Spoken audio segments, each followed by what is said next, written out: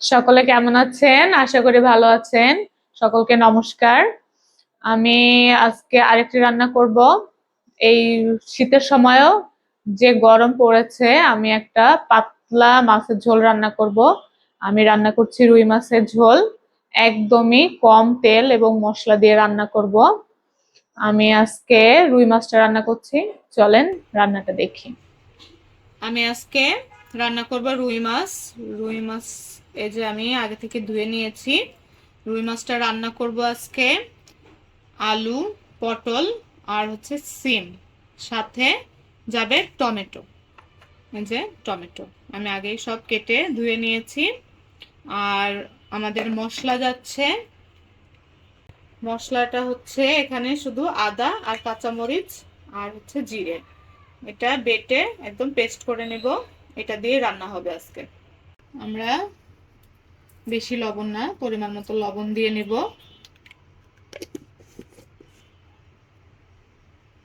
লবণ আর হচ্ছে হলুদ।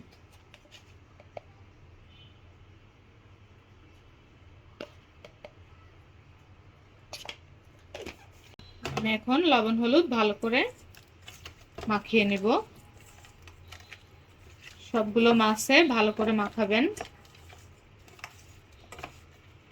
এই যে আমার মাছ ভাজার জন্য কড়াই গরম হয়ে গেছে।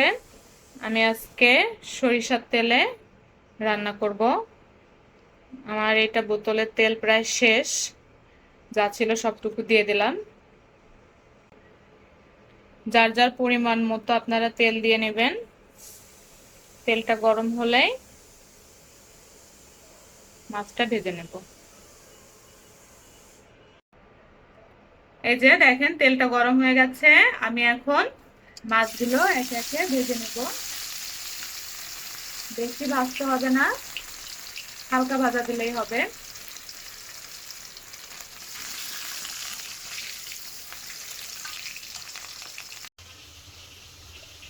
আমার মাছ ভাজা হতে হতে আমি মাছের জন্য মশলাটাও করে ফেলবো। আমি প্রথমে জিরেগুলো বেটে নেব।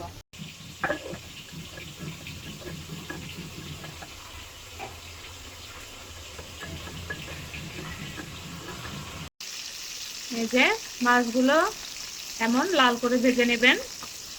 বেশি ভাজতে হবে না, একদম কড়া হবে না, হালকা লাল হলেই হয়ে যাবে। জিরের সঙ্গে আমি আদা আর কাঁচামরিচটাও বেটে নিচ্ছি, একসাথেই বেটে নিলে হবে।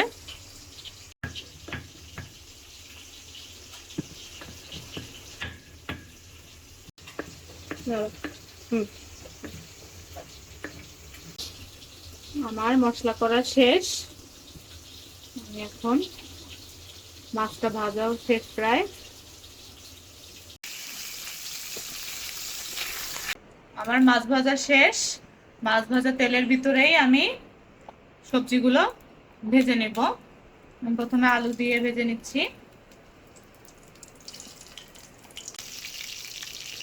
আলুটা লাল হয়ে আসলে আমরা অন্য সবজিগুলো দিয়ে দেব। যেহেতু আলু একটু বড় বড় সাইজের কাটছি, আমি এর জন্য আগে আলুগুলোকে লাল করে একটু ভেজে নিলাম। আমি এখন বাকি সবজিগুলো দিয়ে দেব। এখন সবজিগুলোকে দিয়ে দিচ্ছি। এটা একটু লাল করে হালকা ভেজে নেব, যাতে সবজির কাঁচা গন্ধটা না থাকে।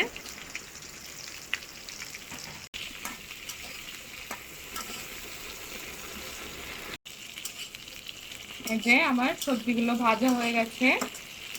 দেখেন কেমন, একটু এরকমই ভাজবেন, এর থেকে বেশি ভাজতে হবে না, কেননা এটা রান্না হবে। আমি এখন সবজিগুলোকে তুলে নিচ্ছি। আমি এখন তেলের ভিতর একটা শুকনো মরিচ ফোড়ন দিয়ে নেব আর দিব কালো জিরে। আমি এখানে আজকে জিরে ফোড়ন দিচ্ছি না, এটাকে কালো জিরে ফোড়ন দিচ্ছি। একটু ভাজা ভাজা হলেই কালো জিরেটা অন্য বেটে রাখা যে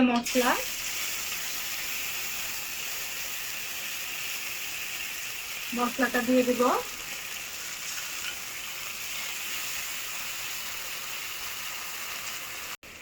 আমি এখন মশলা ধোয়া বাটি জলটা দিয়ে দিব। আমরা এখানে অন্য আর কোনো মশলা ব্যবহার করব না, আর শুধু হলুদ আর লবণ যাবে। আমি এখন লবণ দিয়ে দিচ্ছি। লবণ আর হলুদ দিলেই হবে। লবণ দেওয়ার পরে আমি হলুদ দিয়ে দিলাম। হলুদ যার যার মতো পরিমাণ মতো দিবেন।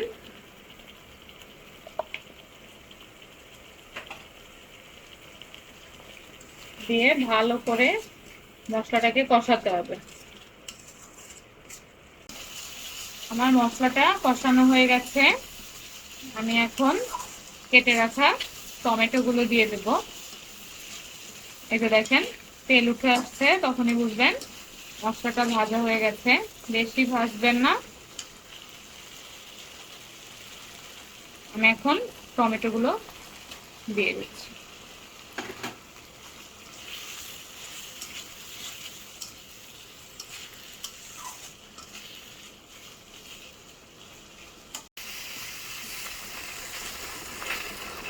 টমেটোটা একটু গলে গলে আসলে অন্য সবজিগুলো দিয়ে দিবেন। যে আমারটা একটু হয়ে আসছে, আমি এখন ভেজে রাখা সবজিগুলো দিয়ে দিব।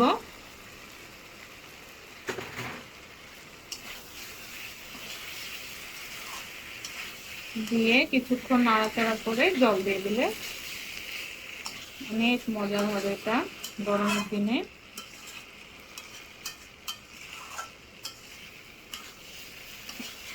আমি রান্নায় পেঁয়াজ রসুন ব্যবহার করিনি।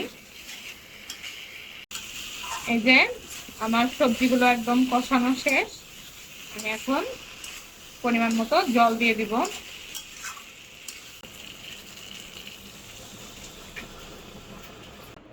এই যে আমার জল দেওয়া শেষ। আপনারাও পরিমাণ মতো জল দিবেন। এটা একটু পাতলা ঝোল হবে। গরমের দিনে সবার জন্য এটা উপকারী। পাতলা পাতলা ঝোল, মশলা কম। এটা ফুটে উঠলে আমি মাছগুলো দিয়ে দেব। মাছের ঝোলটা ফুটে উঠেছে, একটা মিষ্টি গন্ধ বেরোচ্ছে। অনেক মনে হচ্ছে মজা হবে রান্নাটা। এই যে ঝোলটা ফুটে উঠেছে, এখন আমি একে একে মাছগুলোকে দিয়ে দিব। ঝোলটা ফুটে উঠলেই মাছটা দিয়ে দিবেন।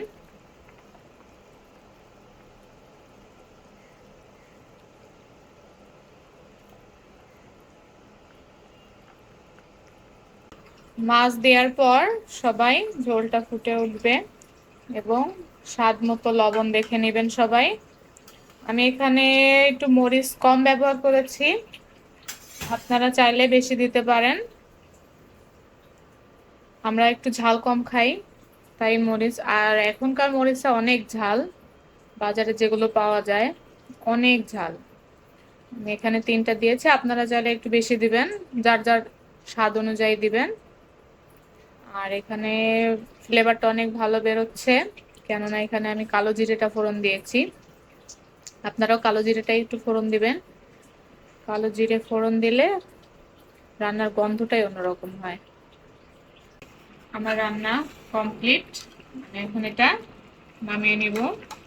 আপনারা সবাই নামানোর আগে একটু লবণটা দেখবেন হয়েছে কিনা। লবণ দেখে তারপর নামাবেন। দেখেন তেলটা উপরে উঠে এসেছে।